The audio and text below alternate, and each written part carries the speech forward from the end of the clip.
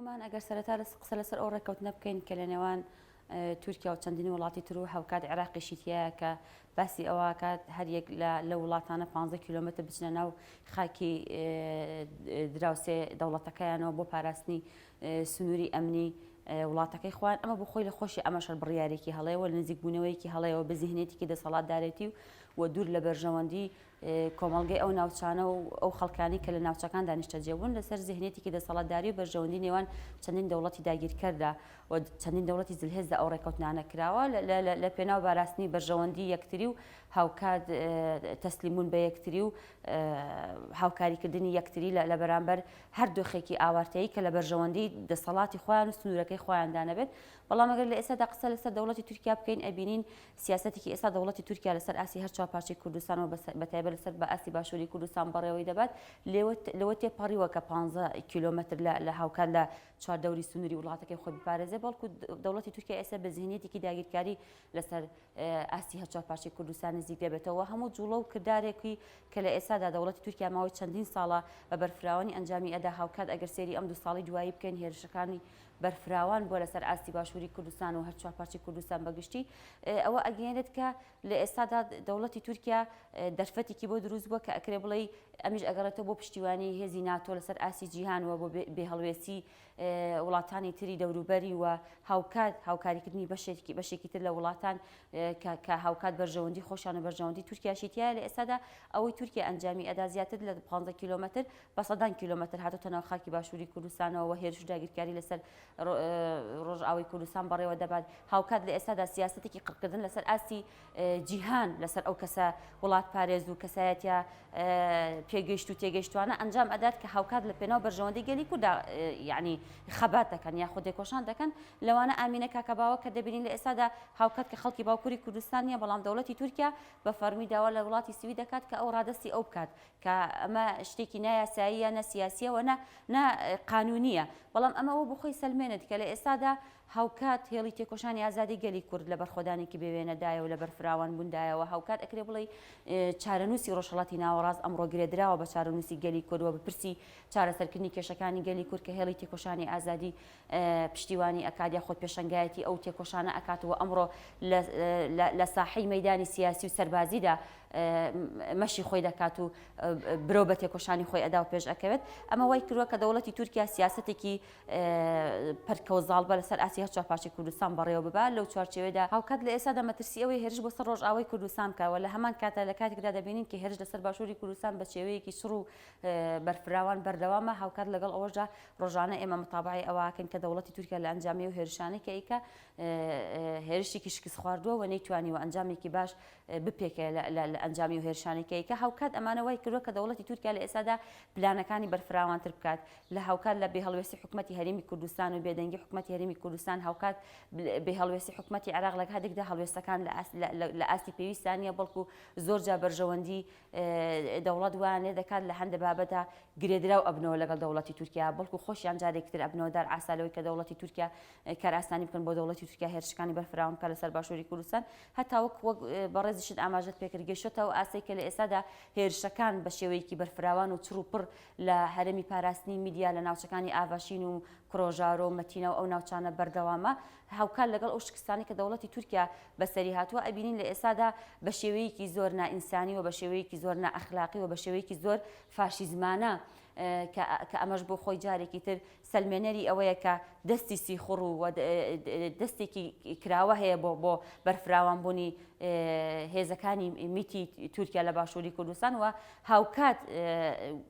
جیاواز لەوەی بڵێ کار ئاسانیان بۆ ئەکرێت بێدەنگی هەیە و بێهەڵوێستی هەیە و بێبەرنامەی حکومەتی هەرێمی کوردستان لە مەسەلەی بواری ئەمنی و ئاسایشی هەیە بەوەی کە بە شێوەیەکی بەرفراوان ئێستا میتی تورکیا لە ناو باشووری کوردستانە بڵاوبوونەتەوە هاوکات جیاواز لە خۆیان دەستیان گەشتە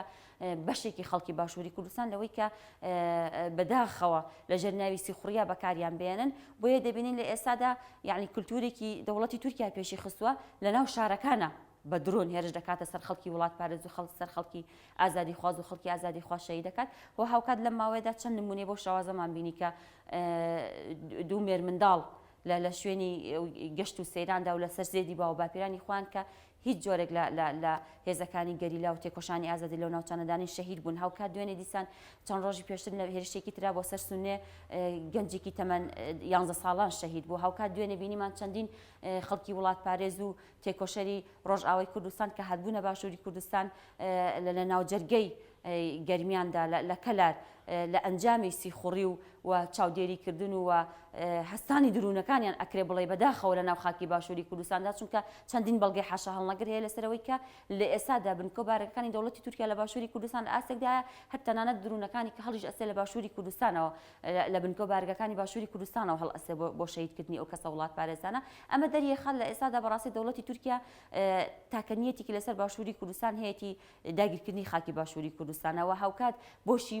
مەبەستیشێتی کە ئەو داگیرکاری لەسەر باشووری کوردستان پێش بخات چونکە ئەبینین لەگەڵ کۆی گشتی و ئاستەنگیانەی و ئەو ژیانە ناهەمواری بۆ خەڵکی ڕۆژئاوای کوردستان دروست بووە بەڵام سیستەمێک لەوەکانە ئاوا کراوە لە ناویدا کە هەرخۆڕی خستنکردنی خەڵکەیە و ئیرادەی خەڵکەیە و وشیاری خەڵکەیە ئیرادە و باوەڕی خەڵک وا دەکات زۆر جار هێرشەکانی تورکیا ڕێگیری لێ بکرێت یاخۆ نەهێڵە پەل بە هاوێژە پێشکەوتن هەبێت بەڵام بەداخەوە دۆخێکی لە باشووری کوردستان بۆ خەڵکی باشووری کوردستان دروست کراوە و ئەو بێبەرنامەی و یەکنەبوونی کە لەناو هێزە سیاسیەکانی باشووری کوردستانە هەیە هاوکات لەوەی کە هەندێک جار بەشێک لە هەڵوێستە سیاسیەکانی هێزە سیاسیەکانی باشووری کوردستان ئەکەوێتە خزمەتی داگیرکارەوە بۆی کە پەکەکە چی ئەکە لە باشووری کوردستانیا ئەو خەڵکە وڵات پارێزانە چی ئەکەن لە باشووری کوردستانیا بۆ ناچنەوە لە پارچەکانی خۆیان شۆڕش بکەن ئەمانە هەمووی هۆکارن بەوەی کە لە ئێستادا هەموو نیەتی دەوڵەتی تورکیا ئەوەیە کە هەموو پیلانگەڕەکانی خۆی لەسەر ساحەی مەیدانی شۆڕشی باشووری کوردستان چڕ بکاتەوە و باشووری کوردستان بکاتە هەنگاوێکی استراتیژی بۆ زەربەدان لە هێڵی تێکۆشانی ئازادی و هاوکات لە باشووری کوردستانەوە دەست بکات بە ئەو پیلانگەڕێ بەرفراوانەی کە هەیەی لە ناویدا کە جارێکی تر زیندووکردنەوەی دەسەڵاتی عوسمانیزم و دەست بە چاوی تمۆحی لەسەر مووسڵ و کەرکووک و هەتا تەنانە لە ئێستادا باسی ئەو ئەکرێ مەترسی گەورە هەیە لەوەی کە دەوڵەتی تورکیا هێرش بکاتە سەر کەرکووک یعنی دۆخی باشووری کوردستان گەشتە ئاسێک هاوکات لەگەڵ یەکلایی بوونەوەی کێشە و قەیرانە سیاسی و ئابوووریەکانی عێراق و باشووری کوردستانەوە هاوکات ئەو هێرشەی لە ئێستادا ئەو چۆنەڵی جوڵەی لە ئێستادا عێراق دەستی پێکردەوەی دەست بە سەبیرە ناوتەکانە بکرێت باز لەوە ئەکرێت کە بەڕاستی باشووری کوردستان لەلایەن حەجی شەعبی و دەوڵەتی تورکیاوە لەبەر مەترسێکی گەورەدایە و لەبەر هێرشێکی گەورەدایە کە ئەمانە هەمووی بەخۆی بەرنامە و پلاندا ڕێژراوەوە هاوکات بێ هەڵوێستی حکومەتی عێراق وە هەڵوەشانەوەی ماڵی سیاسی حکومەتی عێراق و ڕێگنەکەوتنی هێزە سیاسەکانی عێراق بۆ خۆی لە ئێستادا کە دەبێتین سەدر جارێکی تر لە پەرلەمانە کشاوەتەوە و جارێکی تر یعنی دەنگدانەوەی ئەوە هەیە کە عێراق پێویستە بە قۆناغێکی نوێی هەڵبژاردننا تێپەڕێتەوە و چۆنەڵی دروستکردنی حکومەتی بنکە فراوان لە عێراق دوا بکەوێت ئەمانە هەمووی هۆکارن بەوەی کە دەبینین دەستی ناحەزان و دەوڵەتانی داگیرکرد بە جۆرێک لە عێراق و لە باشووری کوردستان دایکوتاوە بەهێز بۆکە هەموو پیلانگەڕەکانی خوان لەسەر خاکی باشووری کوردستان لە پێناو بەهێزکردن و بەرفراوانکردنی دەسەڵاتی خوانە بڕێوابن ئەمەش دەرفەتێکە بۆ دەوڵەتی تورکیا کە زەمینی و ئاسمانی و سیاسی بتوانێت لە باشووری کوردستان ئەسپی خۆی تاو بدات و سیاسەتێکی نکۆڵیکردن و داگیرکاری لەسەر خاکی باشووری کوردستان بەڕێوە ببات یعنی ئەبێ ئێمە تەمەنێکی وەهامان نەبێت بتوانین شرۆڤەیەکی ورد لەسەر قۆناغی مێژی تێکۆشانی گەلی کورد بکەین ئەوەی کە هەشمان بێ وەزانیانە بە خوێندنەوە بە دوواداچوونی خۆوان یا گوێگرتن لە گەورەکانمان بەڵام بەداخەوە یعنی باشووری کوردستان ئەکرێ بڵێ کوردستان بەگشتی بەڵام بەتایبەت ئەگەر ئێمە لەسەر باشووری کوردستان قسە بکەین یعنی هەر لەسەر دەمی ئەوەی عوسمانیەکانەوە و کە بە ئیبراهیم پاشا و بەدرخانەکان و ئەوەی کە کورد خاوەن ستاتویەکی خۆی بووەوە لە ناویدا تێکۆشانێکی بەڕێوە بردووە لەوەی کە لە ژەرناوی برایەتی و یەکبوون لەگەڵ عوسمانیەکانە بەڵام دوجار لەگەڵەوەی هەمیشە داگیرکرد چاوی لەوەیە کە بندەستبوون دروست بکات و هێزی دەسەڵاتدارەتی خۆی پێش بخات و چۆنەڵی یعنی زیهنێتی دەسەڵاتدارەتی وایە لە هەر شوێنێکا تۆ بۆ زیهنێتە کار بکەی هەمیشە حەزەکەی سەردەست بیت و ئەوانی دەوروبەری خۆت نەتەوەیە گروپە کۆمەڵە هەر شتێکە هەمیشە لە بندەسیا بیان هێڵیتەوە بەڵکو و نکۆڵی داگیرکاریش لەسەریان بەڕێوەبەریوە گەلی کوریش خاوەن مێژوویکی دوور و درێژە لە تێکۆشان و لە خەباتی مەیدانی بەڵام هاوکات لەگەڵ ئەوەشدا ئەکرێ بڵێ لە شۆڕشی گەلی کووردا لە هەموو قۆناغەکاندا مەسەلەی ئەو سیخوڕێکی ئێستەکانە هەیە یعنی قۆناغ بۆ قۆناغ گۆڕاوە لە قۆناغێک بۆ قۆناغێک فەرقی هەبووە بەڵام گەلی کورد ئەکرێ بڵێ ئەو گەلەیە کە زۆر جار شاعیرەکانیش لە هەڵبەستەکانیانە ئاماژەی پێ ئەەکەن ئەڵێ ئەگەر دارێک کلکی دەورەکەی لە خۆی نەبێ ناتوانێت بیبڕێتەوە بەڕاستیش کێشەی گەلی کورد ئەوەیە لەگەڵەوەی کە قۆناغێکی قورسی دوور و درێژی لە تێکۆشان و لە خەبات چۆنەڵی بەڕێ کردووە لەوەی کە خۆ بپارێزە لە نکۆڵی کردن لە داگیرکاریکردن بەڵام هاوکات ئەو کەسانی کە لە قۆناغە جیاوازەکاندا لە شۆڕش جیاوازەکاندا لە ژێر ناوی سێخوڕەتیدا لە ژێر ناوی تەسلیمبووندا لە ژێر ناوی خاینیدا تەسلیمی هێزی داگیرکەرە بن و هاوکار ئەبنە پشتیوانی و معنەویاتێکی باش بۆ هێزی داگیرکەر بۆ ئەوەی کە بتوانێت چۆنەڵی تێکۆشانی تۆ بەرهەمی تۆ ڕەنجی تۆ زەربی سفر بکاتەوە بۆ ئەوە بێگومان لە ئێستادا هەموو کۆی ئەو داگیرکاریانێگە باسی دۆخی ئێستا بکەین هەموو کۆی ئەو داگیرکاریانی کە ئێستا لەسەر باشووری کوردستان بە تایبەت لە شەهیدکردنی کەسە وڵات پارێزەکان و لە گرتنی خەڵکانێکی وڵات پارێز و لە تیرۆکردنی خەڵکانی وڵات پارێزا بەڕێوە دەچێت هەمووی بە گوێرەی و هەڵسەنگانانێک کە ئەکرێت دەستی سیخوڕانی تیا یعنی دەبینین لە هەندێک شوێن یعنی هەواڵی تێکۆشانی ئازادی بردومانەکرێن بنکۆبارگان بردومانەکرێ هەمیشە کاتێکە لێ کۆڵنەوە ئەکەی ئەچیتەوە سەر سەرچاوەکەی باسیەوە ئەکرێکە کەسی خوڕێکی لە پشتەوە ئەو هۆکاری خۆی هەیە بەڕاستی دۆخێکی ئێستا حکومەت و هێزە سیاسیەکانی باشووری کوردستان بۆ خەڵکیان دروست کورە بەداخەوە ئاسی وشیاری کۆمەلگا گەشتە ئاسێکە لە ئێستادا ئامادەیە بە پارە خۆی بفرۆشێت کە ئەمە بەڕاستی ئەکرێ بڵێ ژانێکی کۆتایی نەهاتووە و ئێشێکی گەورەیە بۆ خەڵکی باشووری کوردستان لەوەی کە ئێستا کولتورێک پێشکەوتووە لەوەی کە ئینسانێک دەتوانن بە پارە بکڕن بۆەوەی کە زەربە لە تێکۆشانی ئازادی گەلی کورد بداوە زانیاریان بۆ بکاتەوە ئەمە گرنگی بەتایبەتی کاریگەری هەیە لەسەر هێڵی تێکۆشانی ئازادی و کەسانی کە لەژێر ناوی سێخوڕەتیە هاوکاری دوژمنەکان بۆ نمونە ئەو لەشکرکێشانی کە ئێستا دەوڵەتی تورکیا لەسەر خاکی باشووری کوردستانێکە هەمومان باش دەزانین کە دەوڵەتی تورکیا شارەزایەکی ئەوتۆی لە جوگرافیای خاکی باشووری کوردستانە بەتایبەت ئەو ناوچە چیاسەختانەی کە هەیە نییە لە کاتێکدا ئەمە بەسەراحەت ئەمە ئەیبینین کە پارتی دموکراتی کوردستان چاوساخی بۆ ئەوان نەکاوە لەشکرکێشی نەکاو پێشڕەوی نەکا بۆ ئەوان لە شوێنێکی وەک برادۆس و مەتینە و کڕۆژارۆیە بەڕاستی ناتوانن 3 ڕۆژ بمێننەوە بەڵکو تا ئێستاکانە ئەگەر کەمێکیش لەو شوێنانە پێشکەوتن هەبێ یا بنکۆبارەگەیاندا نابێ ئەزانین کە ئەمە چاوساخەکانیان هێزە سیاسیەکانی باشووری کوردستان یاخود کەسانێکن لە باشووری کوردستاندا کە تەسلیمی هێزی داگیرکەران بوون لە پێناو بەرژەوەندی بچووکدا و ئەبنە دەرعاسێ دەستی ئەوان بۆ لەشکرکێشیانی کە ئەکرێ بێگومان لە ئێستادا ئەکرێ بڵام دەستی سیخوڕی کاریگەری زۆری لەسەر هێڵی تێکۆشانی ئازادی هەیە بۆ چۆنەڵی هێنانی هێزی دەوڵەتی تورکیا بۆ ناوچەکانی باشووری کوردستان و لە تیرۆرکردنی کەسایەتیە وڵات پارێزەکان و لە گرتنیان و لە بێسەر و شوێنکردنیان ئەکرێ بڵێ ئەمە کاریگەریکی زۆری لەسەر تێکۆشانی ئازادی هەیە و لە ماوەی ئەم چەند مانگەشدا بەڕاستی ئەنجامەکانیمان بینیوە زۆر جار هەر بە خودی ئەو کەسانی کە خەڵکی باشووری کوردستانن ئەو تیرۆرانە ئەنجام بدرێن ئەوانی کە چۆنەڵی ئاسمانی نەبێت هەواڵ شکریمان بینی کە بەڕاستی و کەسانی ئەویان تیرۆر کرد کەسانێک بوون کە خەڵکی باشووری کوردستان بوون هاوکات ئەویشیان تیرۆر کرد و لە ماوەی چەند ساعاتێکە لە باشووری کوردستانە نەمانەوە لەبەرەوە ئەوەی کە گرینگە بۆ ئێمە ئەوەیە کە بەڕاستی هۆشیاری نەتەوەی و بەرژەوەندی نەتەوەی و وڵات پارێزی لە ئاستێکدا بێ ئەگەر پێش بکەوێت ئەگەر فراوان ببێت ئەگەر خۆ بەرپرسیار بینین هەبێت بەڕاستی ئەکرێ بڵێ کەمکردنەوەی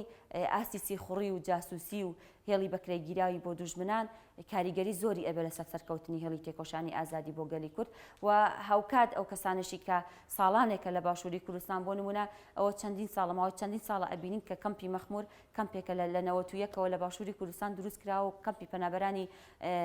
باکووری کوردستانە و خەڵکی باکووری کوردستانی تیادا ژیانەکەن بەڵام ئەبینین کە سیاسەتی پارتی دموکراتی کوردستان کە هاوکار لە ژەدەسەڵاتی ئەوایە ئەو گەماروەیی کە لەسەر کەمپی مەخمور دروستی کرۆ چونکە بەڕاستی من خۆم چمەتە کەمپی مەخمور هاوکات ئینسان ئەگە بچێتە ئەوەکانە لە نزیکەوە واقعی ژیانی ئەوان ببینێ ئەو کات ئەزانێ ئەوان لە چی بارودۆخێکا ژیانەکەن و ئەو کات ئەزانێ کە کاریگەری سیاسەتی هێزە سیاسەکانی باشووری کوردستان کە لەژێر بڕیار و هەژمونی داگیرکەرا کارەکەن ئەزانی کە چەندە کاریگەری لەسەر دۆخی ژیانی ئەو کۆمەڵگایە هەیە لەوەکانە کە دەبینین ماوەی 3-4 ساڵە گەماروەیەکی قورس لەسەر کەمپی مەخمور بەڕێوە دەچێت و هاوکات دەوڵەتی تورکیا چەند جار بردومانی کردووە کە هەموو جارێک ئێمە ئەڵین ئەگەر یاسایەک هەبێت ئەگەر هەڵوێست هەبێت لەلایەن حکومەت هەرێمی کوردستان و عێراقەوە هیچ کات دەوڵەتی تورکیا ناتوانێت سنووری ئاسمانی عێراق و باشووری کوردستانیش ببەزانە بێ بردومان بکە بەڵام هاوکات چەند جار بینیمان کە کەمپی مەخمور بردومان کراوە هاوکات لەگەڵەوەی کە باشووری کوردستان بەتایبەت سلێمانی و هەولێر بووە پەنایەک بۆ ئەو خەڵکانی کە پەنابەری سیاسی بوون لە ڕۆژئاوی کوردستان و باکووری کوردستان و هاتبوون ئێرەکانە بەڵام وەکو بەڕێزیشت ئاماژت پێکرد ئەمڕۆ دەستی سیخوڕەتی گەیشتە ئاستێک کە بەڕاستی ئەکرێ بڵێ زیاتر لە سیخوڕی وەک ئاماژم پێکرد ئەمڕۆ ئیسلاحەت و دەوڵەتی میت لە باشووری کوردستان بە شێوەیەکی زۆر بەرفراوان کارەکەن بەڵکو لەژێر ناوی کۆمپانیای جیاواز و لەژێر ناوی چۆنەڵی سیستەمی پەروەردە و خوێندون و فێربوونی زمانی تورکی و یعنی چەندین بابەتی تردا دەستکراوە بوون بە جۆرێک لە جۆرەکان ئەکرێ بڵێ زیاتر لە دەستگاکانی ئاسایشی سلێمانی و هەولێر لەلایەنی ئەمنیەکەیدا ئەوان دەستکراوەترن، ئەوان بەربڵاوترن، ئەوان زانیاری زیاتریان لایە ئەکرێ بڵێ زۆر جار هەندێکان لە ڕوبەڕوش ئەمەمان پێوتراوە کە پێمان دەڵێن ئەوان لە ئێمە باشترە زانن کە لە سلێمانیدا چەند بنگۆبارەکەی خەڵکی وڵات پارێز و خەڵکی ڕێکخراوەی هەیە و بۆ نمونە چەند جار بە تەفگەری ئازادیان و تۆ ئەوان لە ئێمە باشترە زانن کە ڕۆژانە ئێوە هاتو چۆتان چۆنە چەند کەس دێ بۆ ئێکانە بنگۆبارەکاتان لەکوێیە ئەمە بخۆی ئاماژەیە بەوەی کە بەڕاستی باشووری کوردستان لە دۆخێکی بێخاوەنی داماوەتەوە لەوەی کە ئەوەی کە حکومەت یاریمی کوردستان پێویستە بە ئەرکی خۆی هەستێ هەڵناستێ ئەوەی کە هێزە سیاسیەکان پێویستە هەڵوێستیان هەبێ هەڵوێستیان نییە بە جۆرێک لە جۆرەکان کە دەستکراوە بۆتەوە بە ئەوەی کە هەم دۆخی خەڵکی باشووری کوردستان بەرەو دۆخێکی خراپ بەرن لە داگیرکاری و برسیکردن و بێ ئاوکردن و بێرانکردن و هەمان کات لەگەڵ ئەوەشدا ئەکرێ بڵێ لە ئێستادا مەترسی هەیە بۆ سەر تاک بە تاکی خەڵکی باشووری کوردستان و هاوکات ئەو پەنەبەرانێکی ئێستا لە باشووری کوردستانە ژیانەکەن من زۆر جار بۆ خۆم بەڵام ئێستا وای لاتۆ ئەبێ بڵێ ڕۆژئاوای کوردستان بۆتە ئارامگەیەک بۆەوەی کە یعنی هەستا پەنابەرە سیاسەکانی خەڵکی باوکووری کوردستانیشن بتوانن بڕۆن لەوەکانە دابنیشن یعنی باشووری کوردستان گەیشتە ئەو ئاستا ئێمە ڕۆژانە خۆمان ئەڕۆینە دەرەوە زۆر جار یعنی گەیشتونێتە ئاستێک گومان لێ هاتووە کە کەسە دوو جار سیرکە گومانەکەین لەوەی کە ئەم ئینسانە بۆچی سێرەکە بۆچی بەدواتەوێت لەبەرەوەی ڕۆژانە لە ناو بارودۆخەکانیەوە بەرکەوتمان هەیە لەگەڵ ئەو بارودۆخی کە تیایدا ژیانەکەین زۆر جار چۆن تەلەفۆنت بۆیە چەند هەڕەشەت لێکرێ ئاگادارەکریتەوە کۆمەڵشتت پێوترێ ئەمانە بۆ خۆی بەڕاستی دەریەخات کە دەستی سیخوڕەتی لە باشووری کوردستان بە جۆرە پێشکەوتووەکە ئەکرێ بڵێ بوونەتە هاوکاری یەکەمی جێبەجێکردنی پلانەکانی دەوڵەتی تورکیا بەتایبەت ئەو پلانگیریە زەمینیانی کە لەسەر ئاسی باشووری کوردستان لەسەر ئاسی سلێمانی هەولێر ناوچەکانی تر هەیەە